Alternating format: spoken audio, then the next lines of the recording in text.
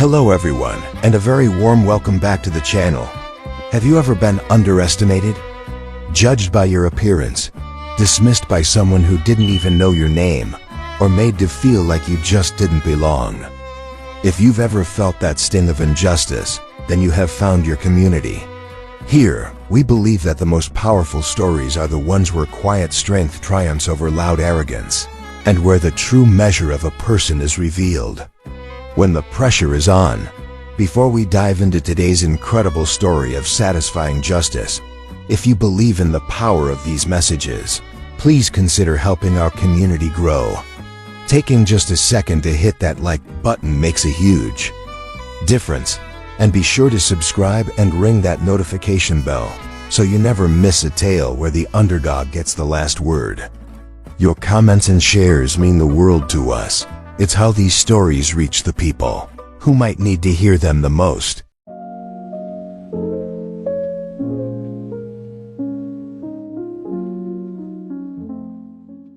You know, I've always believed that you can tell everything you need to know about a place not by looking at its front door, but by checking its foundation. It's a lesson my grandfather, who laid irrigation pipes in Texas his whole life, taught me. He used to say, "Mio, a fancy house with a cracked foundation is just a pretty tomb waiting to happen." I never really understood the weight of those words until the day I first set foot in Hemlock Grove. Let me tell you, from the road, that place was something else. It was the kind of postcard California dreams are made of, rolling hills drenched in sunshine, rows of vines so perfect they looked like they were drawn with a ruler, and a main building that looked more like a modern art museum than a winery. It smelled of money, of old heritage, of success so deep and effortless, it felt like it was part of the air you breathed. But I've spent my life with my hands in the dirt, and I've learned that the truth doesn't live in the air. It lives in the soil, and the soil at Hemlock Grove was tired. It felt weak beneath my boots. I could almost hear it whispering that something was wrong. I was there for a job, a very specific one, arranged under the table by a woman I'd never met. The instructions were simple: show up, take the lowest job on the totem pole, and find out why the soul of the vineyard was dying while the brand was prettier than ever. So I was expecting to be overlooked. What I wasn't expecting was Grant Hemlock, and that's when I saw him, stepping out of a ridiculously expensive Tesla that hummed with an almost arrogant silence. He was the CEO, the son of the founder, the king of this little kingdom. He wore a crisp polo shirt, designer sunglasses, and on his wrist, he wore his father's watch. Now his father's watch was a legend in the valley, a tough, steel, no-nonsense field watch, scratched and dented from decades of actual work. But on Grant's wrist, it wasn't a tool. It was a prop, a piece of the brand story he was so fond of telling. It was the first sign that everything here was a performance. He spotted me standing by my old Ford Ranger, a truck that had seen more real work than he probably had in his entire life. He didn't walk over. He sort of glided like he was annoyed. I was breathing his air. He looked me up and down, from my dusty work boots to my plain t-shirt, and his face settled into a look of mild disgust. The thing you have to understand about people like Grant is that they don't see a person. They see a category. And to him, I was just the help. "You the new guy for the irrigation crew?" he asked. It wasn't a real question. It was a statement of my place in his world. Before I could even nod, he just kept talking. "Parking for staff is around the back. Go find Arthur, and for God's sake, try to look a bit more presentable. We have guests, you know. Image is everything here." I just looked at him. I didn't say anything. My grandfather also taught me that the loudest man in the room is usually the weakest. I could see the sickness he was hiding right there in his eyes, a deep-seated insecurity papered over with arrogance. He was so focused on the pretty label on the bottle, he'd completely forgotten about the roots in the ground. He got annoyed by my silence. I guess he expected me to shuffle my feet and say, "Yes, sir." He snapped his fingers. "Hey, you hear me? Around the back." "I heard you," I said, my voice quiet. And in that moment, our eyes met. I let him see just a little flicker of what was behind my own, not anger, not defiance, but something he couldn't quite place. A focus, a knowledge. It made him uncomfortable. He quickly dismissed it, climbing into his car and speeding off, leaving me in a cloud of dust and expensive cologne. I just stood there for a moment, the dust settling on my clothes. The war for Hemlock Grove had begun. He thought it was about maintaining an image. He had no idea it was about survival. And he had just handed the man hired to find the cure his first piece of evidence. The rot didn't start in the soil. It started at the very top. So I reported to Arthur. You could tell right away this was a man made of the same stuff as the old vines he cared for, weathered, tough, but with a deep, quiet strength.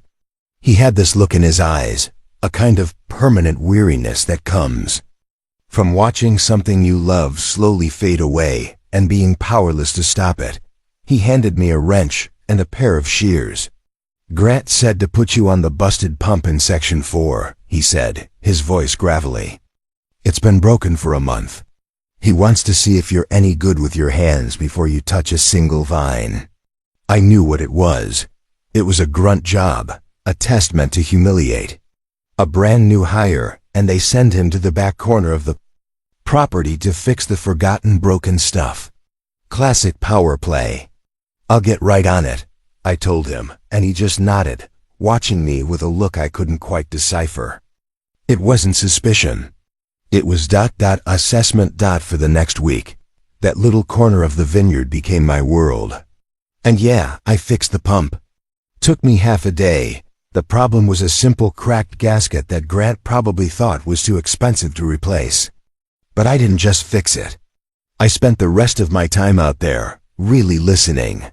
The other workers, mostly guys from Mexico and El Salvador, they kept their distance at first.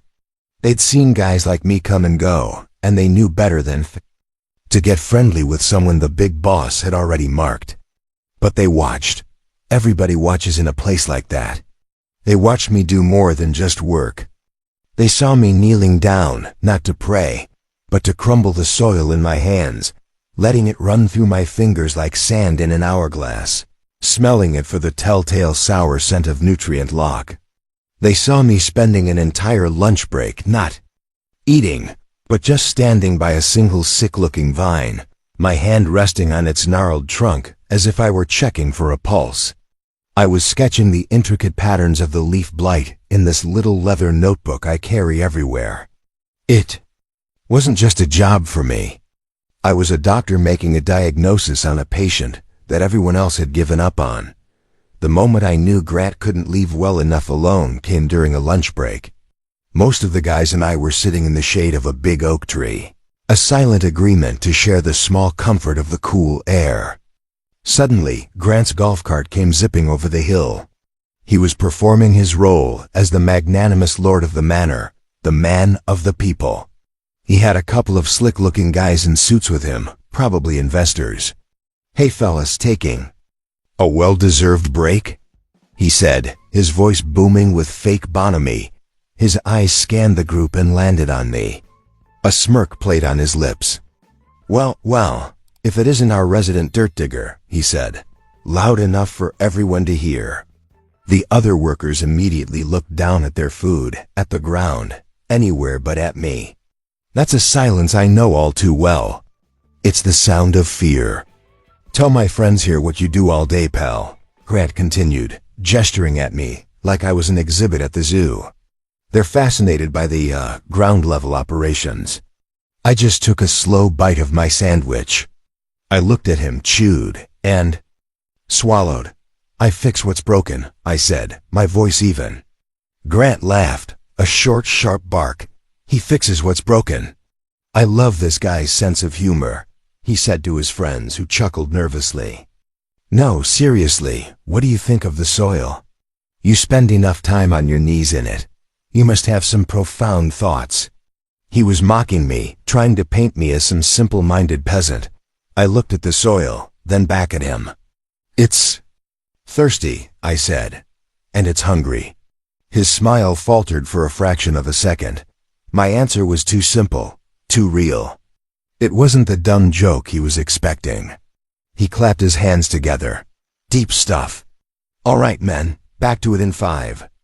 He zipped away on his golf cart, having accomplished what he came for, re-establishing that he was the king and I was just a pawn, but someone else had been watching.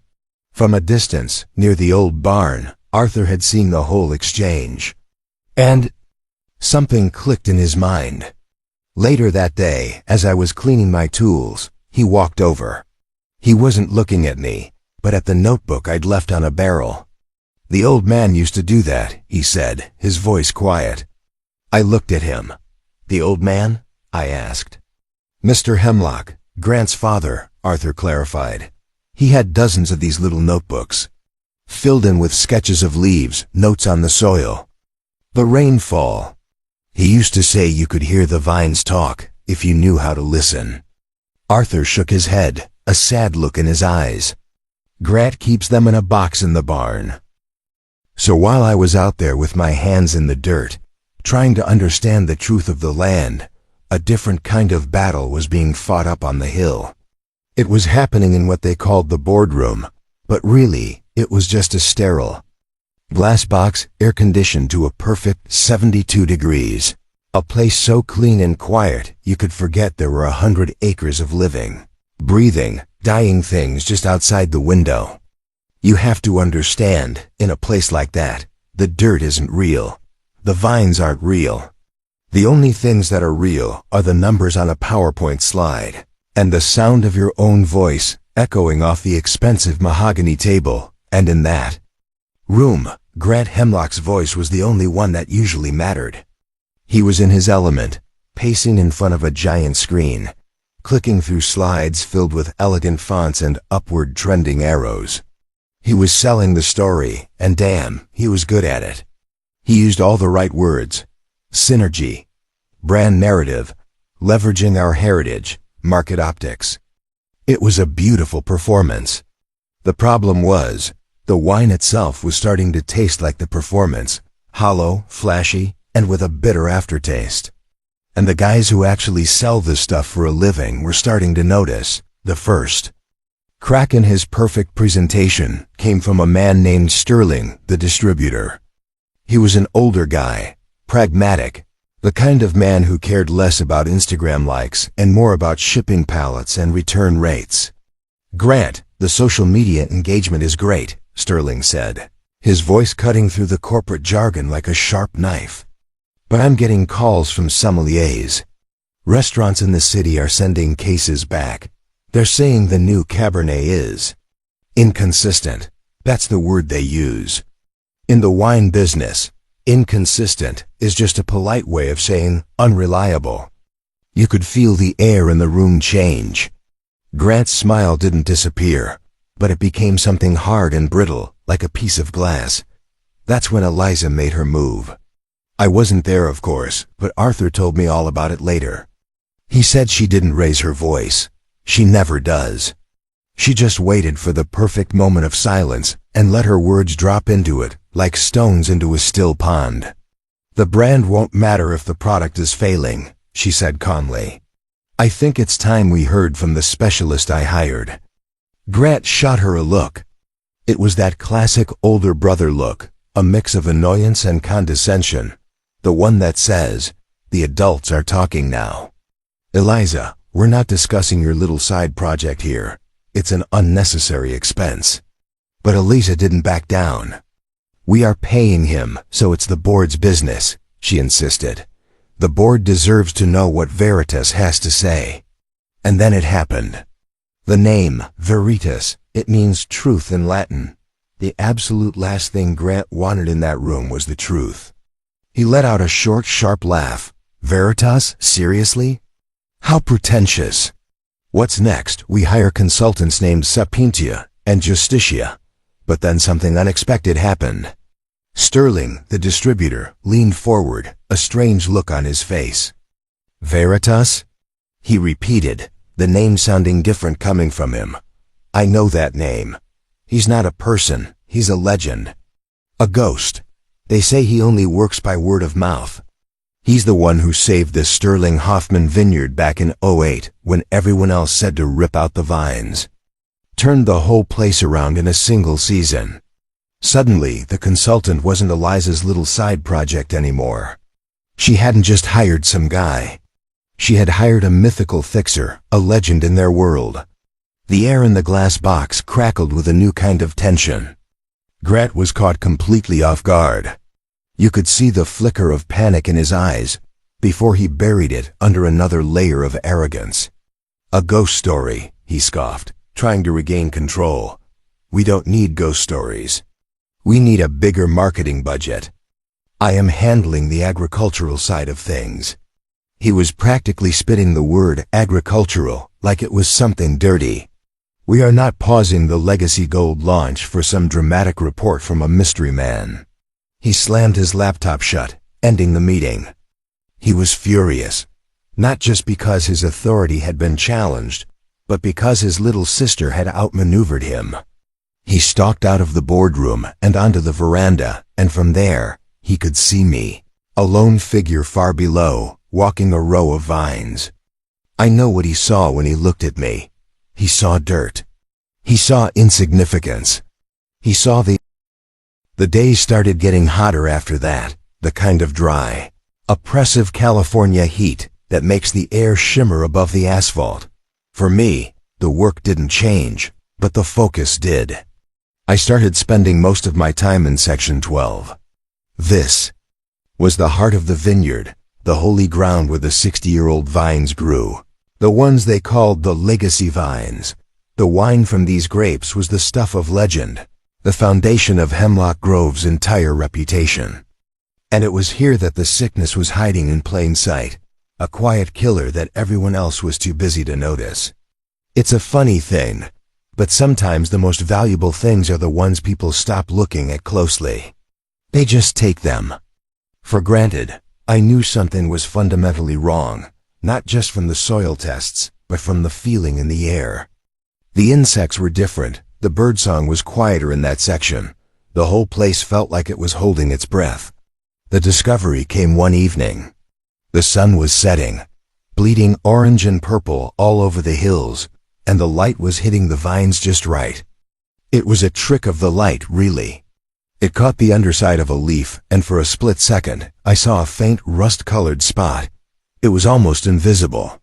To anyone else, it would have just been a speck of dirt. But to me, it was a scream. I carefully plucked the leaf, my heart starting to beat a little faster. I moved to the next vine, and then the next. They were there, too. A quiet, deadly pattern, spreading like a secret. I took the samples back to the little groundskeeper's shed, and under the glare of a single bare light bulb, I put a piece under the small field microscope I carry in my truck. You have to understand. This is the part of the job that's almost spiritual for me. It's where the guessing stops and the truth begins. And the truth I saw that night made my stomach clench. It wasn't a common mildew, something you could just blast with a standard fungicide. The cellular structure was wrong.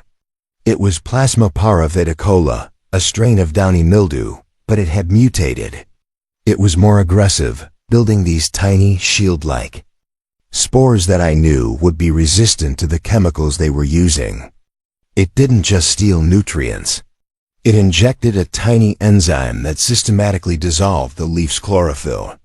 It was essentially starving the vines to death from the inside out, all while the surface looked only slightly sick. If they didn't stop it, Section 12 wouldn't just have a bad year.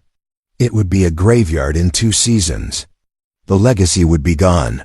The first person I went to was Arthur. The next morning, before the sun was even fully up, I showed him the leaf under the scope.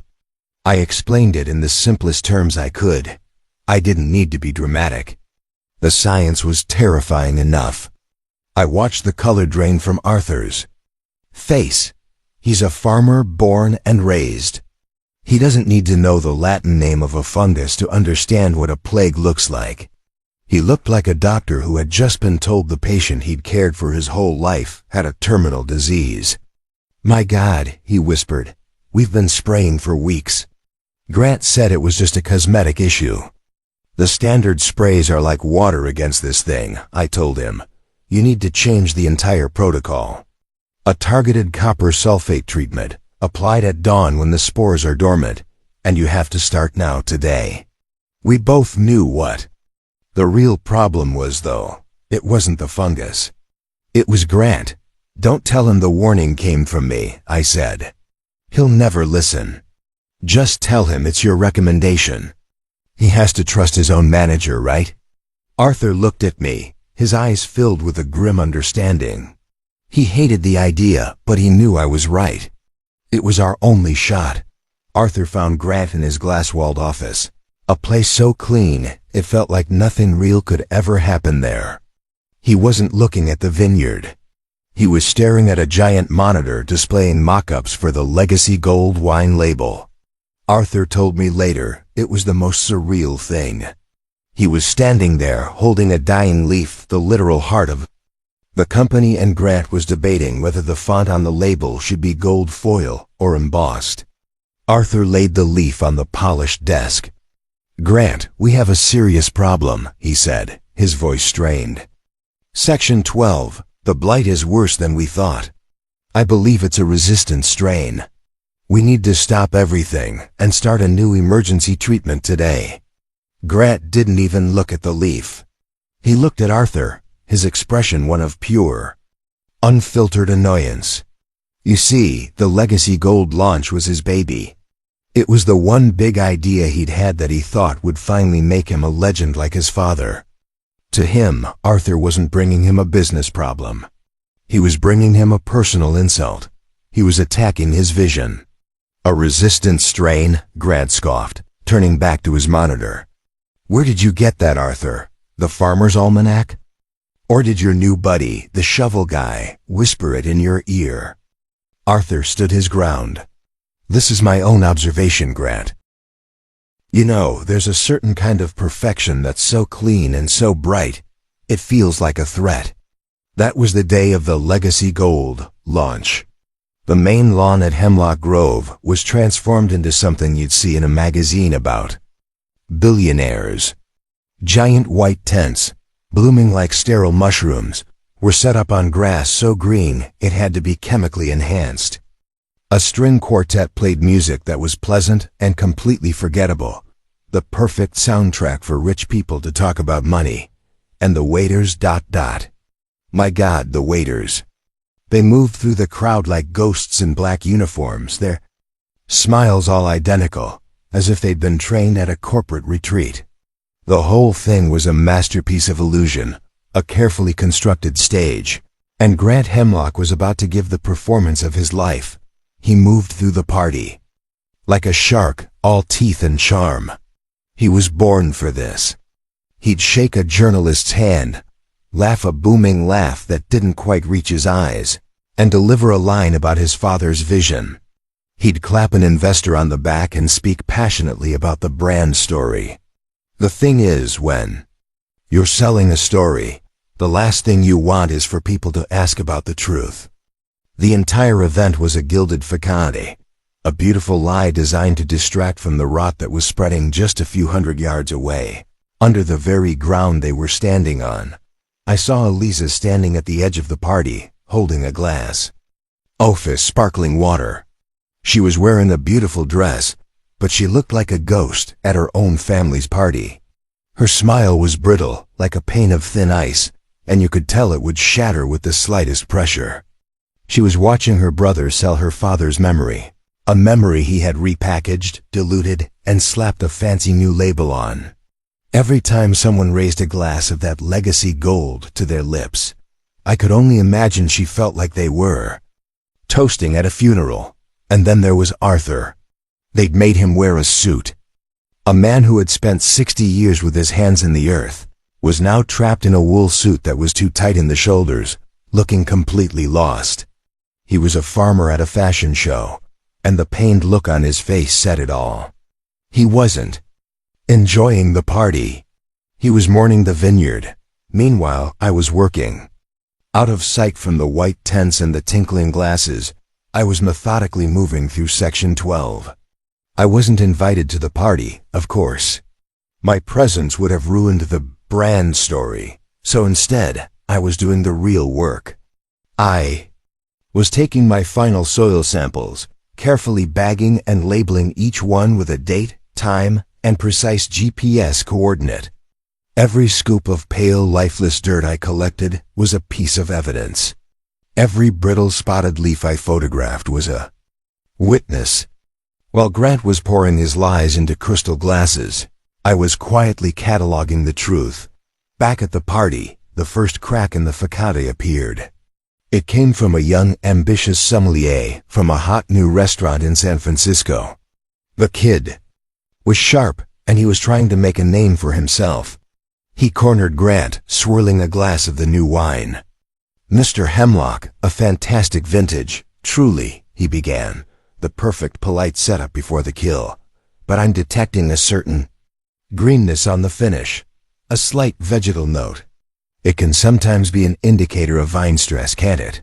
The air around Grant went still. It was a direct hit, a question that cut right through the marketing bullshit. Grant's smile never wavered, but I can guarantee you his blood ran cold. This was the moment his whole performance could have collapsed. But Grant, you have to give him this, was a master of the spin. He put a fatherly arm around the young man. A man with a truly discerning palate. He boomed, his voice full of false admiration. "What you're tasting is not stress, my friend. It's terroir. It's the unique, rugged character of our land. Speaking through the grape, it's complexity. Most people miss that. It takes a true connoisseur like you to even notice it." He had done it. He had turned a fatal flaw into a...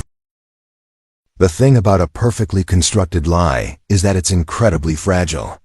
All it takes is one person asking the right question at the wrong time. And that person was a reporter named Jessica Lowe. She'd been covering the valley for 15 years, and she had a built-in detector for bullshit.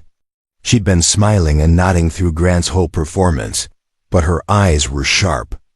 She waited for a lull in the conversation, then moved in, her voice recorder already on. "Grant, one more question," she said, her tone pleasant but firm. "There have been persistent rumors in the valley that Hemlock Grove is struggling, that you're prioritizing marketing over the actual health of the vineyard. How do you respond to your critics who say the brand is strong, but the wine is weak?" Boom, there it was. The truth dropped right in the middle of his beautiful, expensive party. For a split second, I saw a flash of pure, cornered animal panic in Grant's eyes. He had been challenged, his narrative directly attacked in front of the very people he was trying to impress. His whole world tilted on its axis for a moment. He needed a distraction. He needed to change the story, and he needed to do it right now. And that's when his desperate gaze swept over the lawn and landed on me. I was a couple 100 feet away, just finishing up my work, my shovel resting on my shoulder. I was the perfect scapegoat. An anonymous, dirty face he could pin all his failures on. "Critics?" Grant said, his voice suddenly booming, turning to face Jessica but projecting for the whole crowd. "Our biggest problem isn't critics. It's a lack of commitment. A lack of passion from the very people who are supposed to be the backbone of this place." He turned and pointed a finger directly at me. It felt like a spotlight hitting me. "You, shovel guy, get over here, now." Everything went quiet. The string quartet faltered for a moment before starting up again, but now the music just sounded nervous and thin. Every head turned to look at me. I could feel dozens of pairs of eyes on me as I laid my shovel down carefully against a fence post. I didn't rush. I didn't look down. I just started walking towards them, one steady step at a time.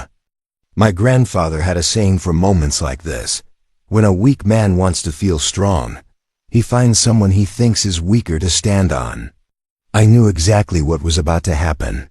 I had been preparing for it my whole life. As I walked, I saw Eliza on the edge of the crowd, her face pale with horror. She took a step forward, ready to intervene, to stop the train wreck she knew was coming. But then I saw Arthur, standing beside her, gently put a hand on her arm. He shook his head. Just once, a tiny, almost imperceptible gesture. His eyes were fixed on Grant, and they weren't filled with fear. They were filled with a cold, calculating calm. He understood something she didn't yet. This wasn't a disaster. This was an opportunity. Grant was about to hand us the loaded gun we needed, and Arthur was wise enough to stand back and let him do it. I reached the edge of the manicured lawn, stopping a few feet from Grant. I could smell the wine on his breath and the acrid scent of his panic. "This is a perfect example," he said to Jessica and the silent watching crowd, gesturing at my dusty boots and work-stained jeans. "We are hosting the most important event of our year, a celebration of this vineyard's enduring legacy, and this man is ... What exactly were you doing over there? Taking a nap?" "I was clearing a drainage culvert, sir," I said, my voice perfectly even, "to prevent root rot in case of rain." "Root rot?" Grant laughed, a sound with no humor in it. "There isn't a cloud in the sky. See, this is the problem. No initiative. No vision. Just mindless manual labor with no thought for the bigger picture." He turned to face me, his expression twisting into a mask of theatrical disappointment. "I have given you every opportunity. A steady job, a beautiful place to work. In return, I expect excellence. I expect passion. But when I walk this vineyard, I see neglect. I see laziness. And it all starts with an attitude like yours." He was performing now, his voice rising in a self-righteous crescendo, playing the role of the strong, decisive leader. "I am building something my father would be proud of here," he declared. "And I will not let his dream be dragged down by people who don't share the vision, who don't have the grit to strive for perfection." He paused for dramatic effect, letting his words hang in the heavy silence. He looked directly at me, expecting me to flinch, to plead. The party died down the way all fake things do, quickly and quietly, leaving a mess behind. The white tents looked like tired ghosts in the twilight, and the lawn was littered with abandoned glasses and crushed napkins. The music was gone, and the only sound was the chirping of crickets and the distant hum of the highway. I wasn't in any hurry to leave. I had packed my single duffel bag and put it in the passenger seat of my old truck. I was just standing there, leaning against the hood, watching the last of the lights in the main house go out. I was waiting. I knew this wasn't over. People like Grant don't just fire you. They need to make sure you're erased. I figured. He might send a security guard to escort me off the property, just for one final kick. But the person who came walking through the dusk towards the workers' housing area wasn't a security guard.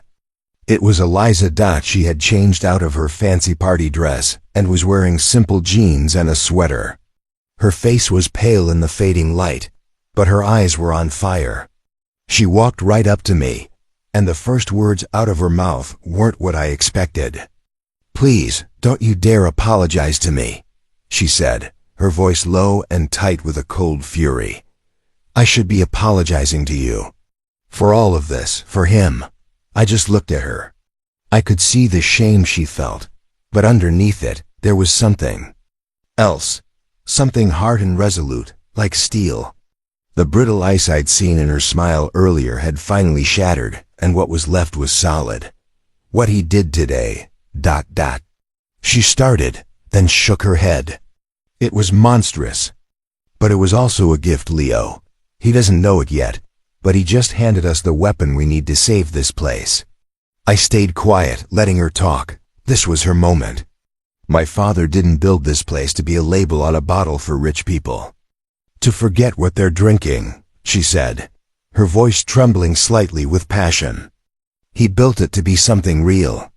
Something that came from the dirt and the sun and honest work. Grant has forgotten that. He thinks the story is more important than the truth. That's the thing you have to understand. My calm during that whole scene with Grant, it wasn't just about dignity. It was a strategy. I knew a man like him, a man so terrified of his own shadow, couldn't be beaten with reason or facts. He had to be beaten by his own ego. He needed to overplay his hand. He needed to create a public spectacle so big and so ugly that no one could ignore it. He needed to hang himself with his own rope, and today, in front of all those reporters and investors, I just quietly handed him the rope. Eliza, in her own way, had done the same. We were the unseen hands moving the pieces around the board while the king was too busy admiring his own reflection. So what happens now? I asked her. Her eyes glinted with a strategic light I hadn't seen before. Now you get a good night's sleep, she said, her voice suddenly practical, all business. There's a clean motel, the Valley Inn, just off the highway in town. I've already booked you a room. Tomorrow morning at 9 a.m. is the quarterly board meeting. But it's not a normal meeting. Grant is pushing for a vote. He has an acquisition offer from Global Beverage Corp., a massive conglomerate. He wants to sell this place, cash out, and wash his hands of it. He thinks he's taking his final victory lap. She took a deep breath. But their offer is contingent on one thing: the final assessment from an independent consultant. They're waiting for the Veritas report. A slow smile spread across my face. And he still has no idea who that is. He has no idea, she confirmed. A matching smile finally touching her lips. It wasn't a happy smile. It was the smile of a general on the eve of a battle they knew they were going to win. He thinks I hired some faceless firm who will send in a boring PDF. He is completely unprepared for you to walk through that door. She looked at my dusty work clothes. Wear a suit, she said. He's a superficial man. Let's give him something superficial to look at before we show him the truth. I nodded. I have one. Good, she said. Tomorrow they will have to listen. She turned to leave, then paused. Leo ... what he did. I'm still sorry you had to go through that. I looked out past her, towards the dark rows of vines, the real legacy of Hemlock Grove. Don't be, Eliza, I told her, my voice quiet but sure. He made his choice in front of everyone. Tomorrow we make ours. The next morning, I drove to the main house, but this time, I didn't go around the back. I parked my old truck right in the visitor's lot, next to a row of expensive German sedans. I was wearing the suit Eliza told me to wear. It was a simple, charcoal gray suit, nothing flashy, but it was well made and it fit perfectly. You see, a suit like this for me, it's just another kind of uniform. My work clothes are for understanding the truth of the land. A suit is for explaining that truth to people who have forgotten how to listen. In my briefcase, I wasn't carrying marketing reports or sales projections. I was carrying the soil samples, the leaf specimens, the water analysis, the data. I was carrying the undeniable physical truth of Hemlock Grove. Upstairs, in that cold glass box of a boardroom, Grant Hemlock was performing his victory lap. Arthur told me he was practically glowing with self-satisfaction. He was standing at the head of the table, smiling at the two men from Global Beverage Corp., the massive conglomerate that was about to buy the vineyard. For Grant, this was it. This was the moment he finally escaped his father's long shadow. He wasn't just selling a company. He was selling off a legacy he never really wanted and getting rich doing it. It was the ultimate American dream for a man like him, a golden parachute from a plane he had set on fire himself. Ladies and gentlemen, he said, his voice smooth as silk, this is a historic day. The partnership with Global Beverage isn't just an acquisition. It's a synergy that will take my father's vision global. It secures our future. He went on like that for 20 minutes. a masterclass in saying absolutely nothing of substance. When he was done, he looked around the room, expecting a round of applause. Instead, he got a question. It came from the lead guy from Global Beverage, a man named Cole with cold, calculating eyes. "Thank you, Grant. An impressive presentation," Cole said, his voice flat and devoid of emotion. "Our due diligence team is satisfied with the financials. However, they did flag some agricultural inconsistencies. As we stipulated in our letter of intent, our offer is fully contingent on the final assessment of the vineyard's long-term health and viability from the independent consultant, Veritas. It's our final checkpoint. We'd like to see that report." You could feel the good mood in the room instantly evaporate. Grant's confident smile faltered for just a second. This was supposed to be a formality, a rubber stamp. "Of course," he sighed, forcing a laugh. "The Veritas report. Eliza's little pet project. Honestly, it's probably just 100 pages of telling us we need to buy more expensive fertilizer. But procedure is procedure." He waved a dismissive hand at his sister. "Eliza, where is your mystery man? Did he email a PDF? Let's get this over with so we can pop the champagne." This was the moment. The entire room turned to look at Eliza. She sat there, perfectly calm, and her voice, when she spoke, was clear and steady. "He's here," she said. He insisted on presenting his findings in person. "Fantastic," Grant sighed with theatrical impatience. "Just what we need, a lecture on dirt. Well, send him in. Let's not keep our friends from Global Beverage waiting." Eliza stood up. She didn't hurry. She walked over to the heavy oak doors of the boardroom with a slow, deliberate grace. The room was so quiet you could hear the faint hum of the air conditioning. Every person in that room, the board members, the corporate reps, Grant himself was staring at those doors, waiting to see what kind of university professor or overpaid agriculturalist Eliza had hired. She pulled one of the doors open. "Mr. Veritas," she said into the hallway, "we're ready for you." And then I walked in. Let me tell you, there are moments in life that are so quiet, they are louder than an explosion. This was one of them. I walked into that room, and the world just stopped. The first thing I saw was Grant's face. It was a sight I will never forget. It wasn't just shock. It was a complete system failure. The color drained from his skin, leaving it a pasty, sickly white. His mouth opened, then closed, then opened again, like a fish gasping for air. His brain was trying to connect two completely different images: the dirty, insignificant field hand he had humiliated and fired yesterday, and the man standing before him now in a perfectly tailored suit, holding a leather briefcase, and the wires just weren't connecting. It was the face of a man watching a ghost walk through a solid wall. I let my gaze travel around the table. I saw Sterling, the distributor, his jaw literally hanging open. I saw the two corporate guys from Global Beverage exchange a look of utter confusion. And I saw Arthur standing against the back wall, and for the first time in weeks, he had a small, grim smile on his face. Grant finally found his voice. It came out as a strangled whisper. What is this? This is a joke." He pointed a trembling finger at me. This is the shovel guy, the worker I fired yesterday. What the hell is he doing here?" Eliza stepped forward, her voice ringing with a cold, clear authority that no one in that room had ever heard from her before.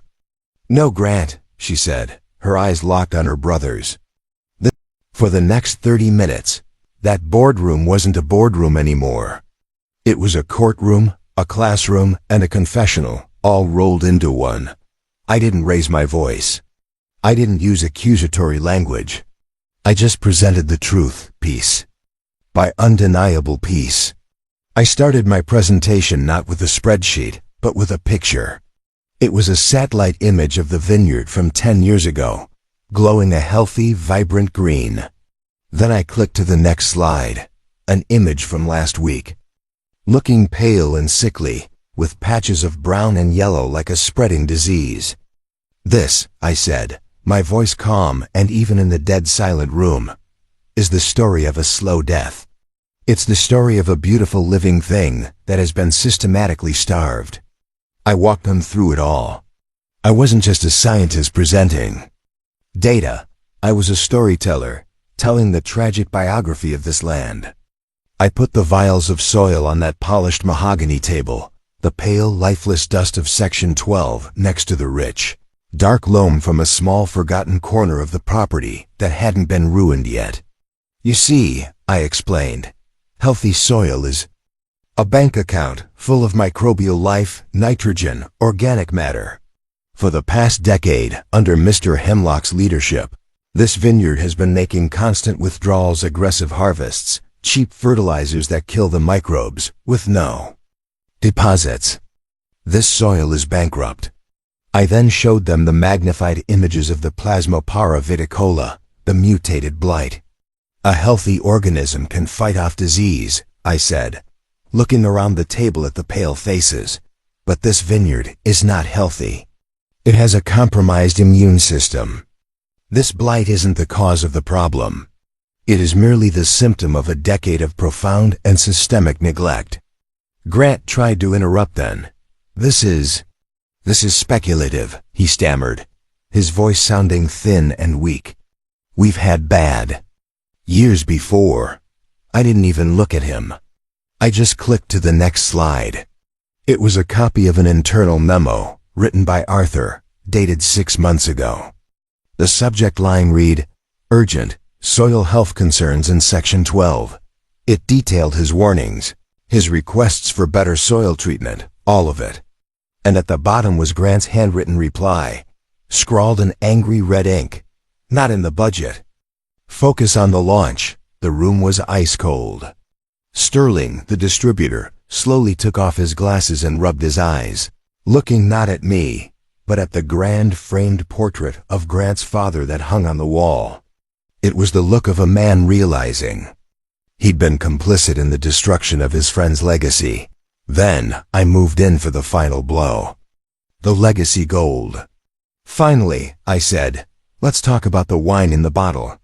I put up the results from the gas chromatography analysis I'd run on a sample.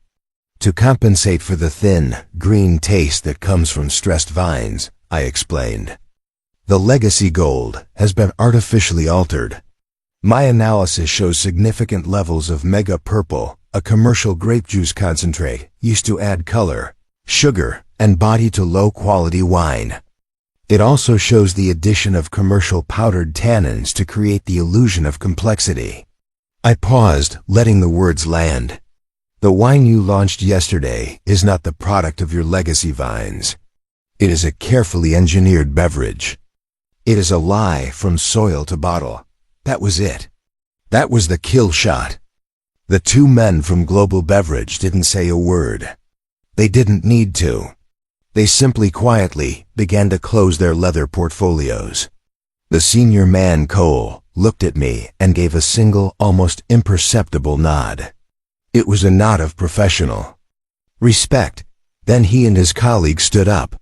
Our offer is withdrawn, Cole said to the room, his voice flat and final. We are not in the business of buying stories. We are in the business of buying wineries. And then they just walked out, leaving a void of absolute devastation behind them.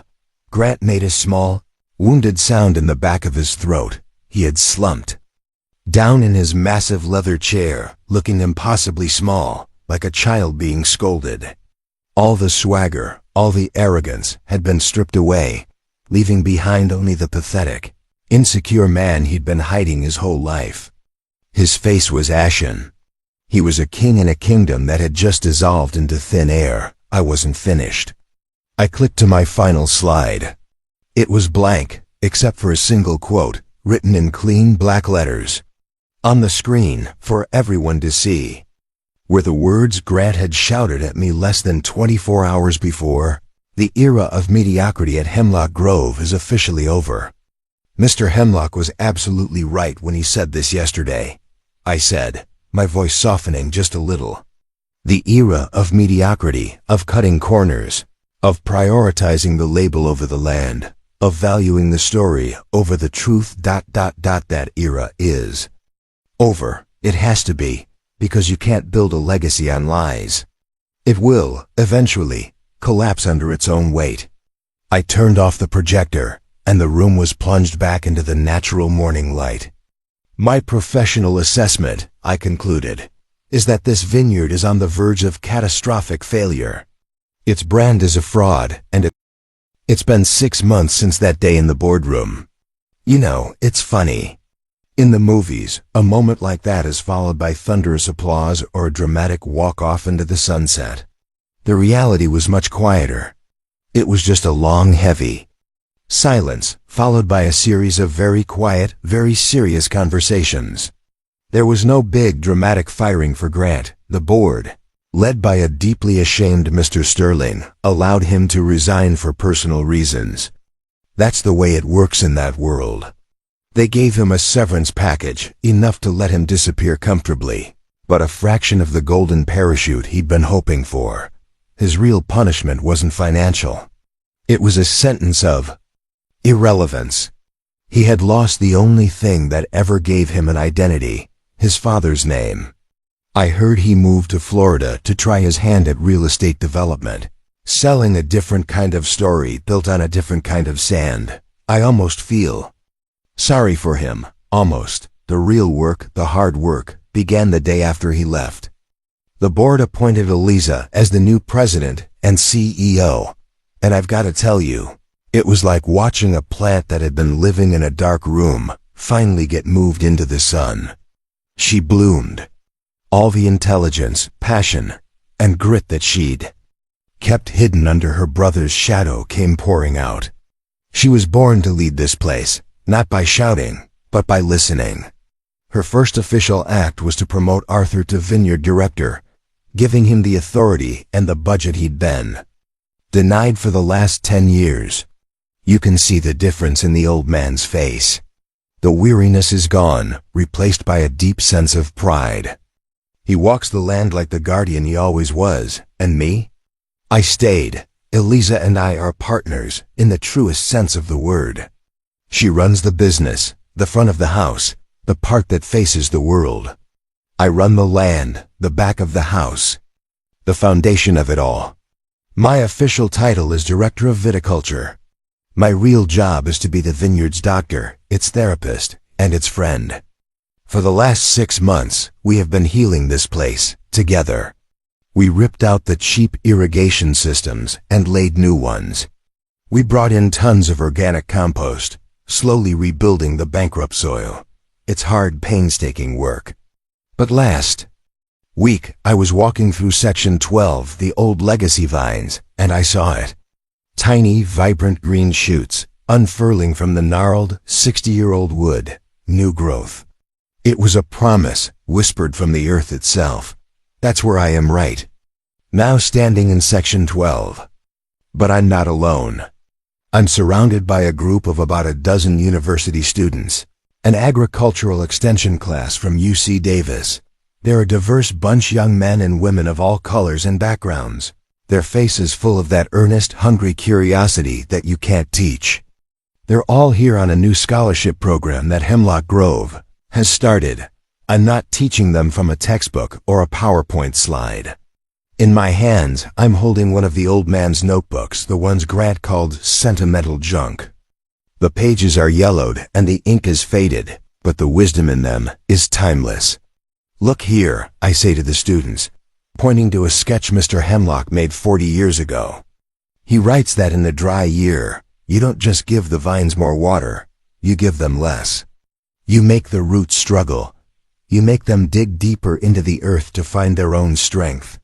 It's a lesson, I tell them, about resilience. One of the young women asks me, so you're combining his old philosophy with your new science? I scoop up a handful of the soil.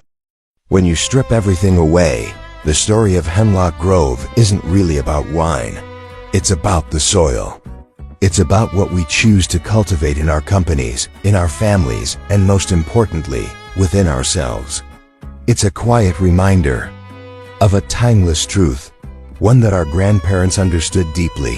What is built on a lie cannot stand.